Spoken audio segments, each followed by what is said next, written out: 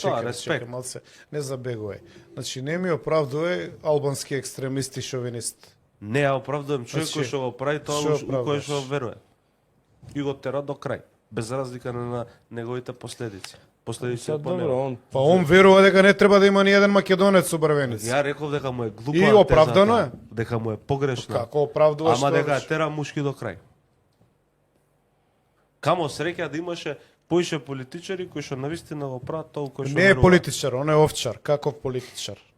Добро е. Бе, каков политичар, Добро. тој е овчар, бе, човече. Добро. Отишол таму у некое село, му платиле карта, отишол Зашто да ги неголемата манипулирал трагедија, бе, у Филип? Швицарска и така дали. Не е трагедијата што Милош збори за карактерни особини на луѓе. Проблемот е што овој Чобан беше директор, Кандидат, да, директор на да. инспекторат за локална самоуправа Да.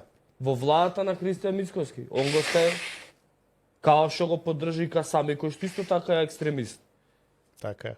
Значи, овој Чобан бил инспектор за локална директор на државен инспекторат за локална самоуправа, кој што бил екстремист. Не е проблемот Милош да ги го оправда или не знам. Ја го разбирам на Милош се каже принципот, односно Абе, ја го па разбирам, ама принципот дека ете он верувал у тоа, зборел тоа, дали е глупо или не е глупо или е лошо, тоа окей, така е. Меѓутоа е у тоа се тепал до крај, му изгубил концептот и се порекол. Окей, тоа е мушки. Ама поголем проблем е тоа што овој бил директор Така во е. влада на Христијан Мицкоски. така е. Така е. И апропо сега Брвеница и Кичево, сега се поставуваат други прашања многу интересни во врска со локалните избори. Ако можело во Кичево, така, значи се направи еден коперникарски пресврт, што е за мене може би и хайлайт на овие избори. Меѓутоа, ако можело така, очигледно се правела пресметка, добро направиле стратегија и така натаму. Океј, има таен джокер од ракавот, Бранко Црвенковски ги заангажираше сите од СДС да изгласаат, се сплотија и така натаму. Зашто тоа не го направија со чашка?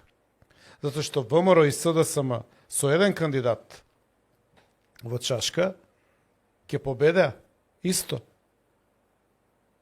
И сега ние имаме мајоризација на едно или две села врз 50 села у чашка. Заради овој недостаток на или визија, или јас се плашам да не е некоја размена на територија. Значи ја тебе овде, ти мене онде. Друго, чекај, не сум завршил. Друго, зашто ова исто не го направија у Струга? Немаше потреба да ја напаѓаат Левица и Јована. Требаше ВМРО или СДС да избаци кандидат, или и со Левица се договораат и СДС и сите, да избацат кандидати,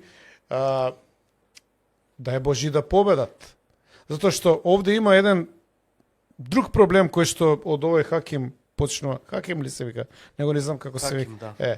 Значи, проблемот е законот за локална самоуправа кој што од македонските градови направи села.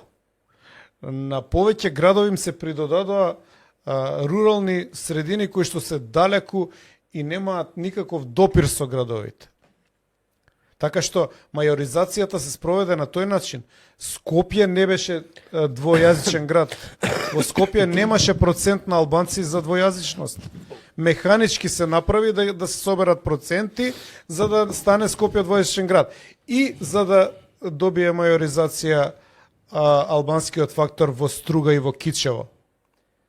И затоа викам хайлайт и Кичево, но ме чуди зашто не го направија тоа и во Струга. Може ли да ти изнервирам и уште едно непопуларно мислење? Абе сега ти не ме тебе да нервираш. ти изнервирам и публика. Јас си кажувам, Филип, црнците у Америка не се радуваат толку кога Барак Обама стана председател на Америка, како македонците што се радуваат што Кичево добило градоначалник македонец. Ја мислам дека тоа би требало да биде нормален процес. Нормален процес можеби да речеме у места кај што албанците се помал процент да стане албанец градоначалник, ама да стане со заеднички гласови, со заедничка подршка на сите. Разбираш? Малце тоа е, како да ти кажам, у ситуација која со 36% сите политички партии у држава владеат со државата, тоа е како да кажам, еден мотив да не ме се крене нивото на победата и успехот. Ние избравме нас мнозинството на општини у државата, ВМРО ДПМН ги води со 16% рейтинг. Ние за тоа збориме. Неважно. Не, Тоа е, чисто гледај сакам да се, ти кажам. неважно. Не сакаат да гласаат луѓето, ќе ги владеат тие што гласале. Значи избор е на тие што не гласаат да ги владеат тие што гласале. Така е. Односно фрактал или делче на тие што гласале. Максо има 2,13% од скупниот број на гласови у Куманово, ама ќе владее. Тие гласале, Колку има, извини? избор по 2,13, 2,13. околу 90.000, он има 5-16.000. 2,13-15%. Мислам дека и нешто над 90.000. Неважно. Да. Значи, на вистина Над 90. мала репрезентативност. Но тоа е изборот на тие што не гласале. Ја мислам дека се случи пресврт у втор круг. Имаше зголемување, еве на пример Амар имаше дуплирање на гласовите. Тоа покажа една раздвиженост кај тие што се опозициони гласачи во момент кога видоа дека постои некакво решение. И Стерче мислам имаше 2-3 плюс у вториот круг. Значи постоеше раздвиженост, чашата не е прелеана, значи на опозиционото размислување. Баш кај беше исто фрактализирано или со тие независните групи раздвоено и дополнително разделено. Сега моментот е да партиите и тие независни кандидати најдат НЗС или најмал заеднички содржател да почнат да разговараат. Затоа што Мичо, оној што е опозиционер, без разлика дали гласал за група избирачи, дали гласал за Да. Левица, дали за не знам за Дуи, дали гласал за некоја помала партија, за Гром, за било кој. Тој што е опозиционер, ако ги види овие маси, односно партии и групи на луѓе, у некаква дискусија, тој ќе има дополнителна мотивација да гласа. Ако види дека тоа се распарчува и дели на уште помали делови, ќе се соочат со еден зид. Сите размислуваат дека владеачката гарнитура е пресилно организирана за да може да се победи. Да. Примерот на Амар со дуплирање на гласови за само 2 недели покажува дека и таква организирана структура може да се победи. Особено затоа што таа структура на незадоволни луѓе расне секоја година со нови гласачи. Значи доаѓаат луѓе кои што стануваат гласачи со 18 години, а онаа најконзервативна структура на пензионери се тенчи. Така што условите се создаваат и ќе зреат. Но мора и тие што се условно кажано некакви лидерства да покажат сега правец на размислување, действување, дека они може да создаваат поголеми групации, дека се спремни, дека може меѓу себе да разговараат. Ако они меѓу себе не може да разговараат, ако сите големи лидери, ако не може на маса да седнат и да видат како стојат работиве, макар информативно, семинарски да седнат, да треба да направат една дискусија за модел. Кај нас нема дискусија, нити за моделот, нити за резултатите, нема анализи, а има богами многу што да се изанализира од овие избори. И треба од тоа, тие што се ставаат на листи, ја не сум бил на листи нити вие, тие што се ставаат на листи треба да покажат еден малку позрел однос кон материјата. Рецимо у Куманово, Диро, сакав да те прашам. Диро, за тој феномен таму. да, што види, се деси. у Куманово граѓаните Куманово глас, па тоа е проблем на селјачизација на државата.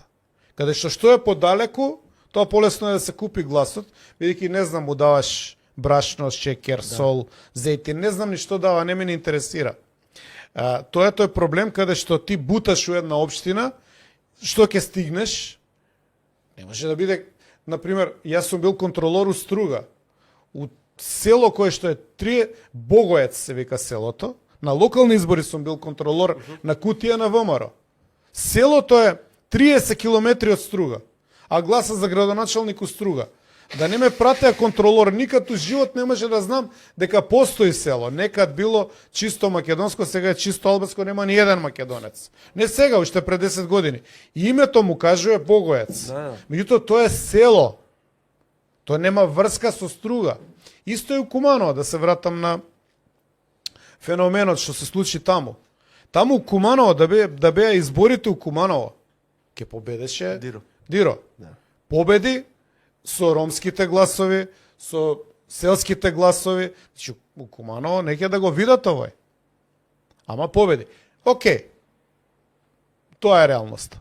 Меѓутоа сега, овој што има кредит од 15.000 гласа и не знам, Амар 60.000 у Скопје и кои ќе се соберат низ Македонија сигурно се 200-300.000 гласа.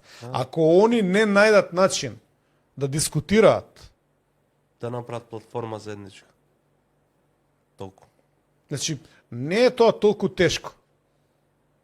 Разговарав со еден од независните преска кој што имаше одличен резултат на овие избори. Да и у Нема Битола имаше добар резултат. и во Битола И имаше. Кочани има резултат. Значи ако ги собереш сигурно се над 200.000. На нас ни крира една таква рамка да е срамота да седнеме било кој еден со друг да Друго, уште мала разговараме. допора. Тоа беше импут од Колку од имаше власта. поништени? Да. 50.000 имаше ли? Имаше. Значи и тие граѓани изразиле став. Да. Значи ако ги собереш ти имаш сериозен материјал за дискусија. 50.000 гласови беа поништени.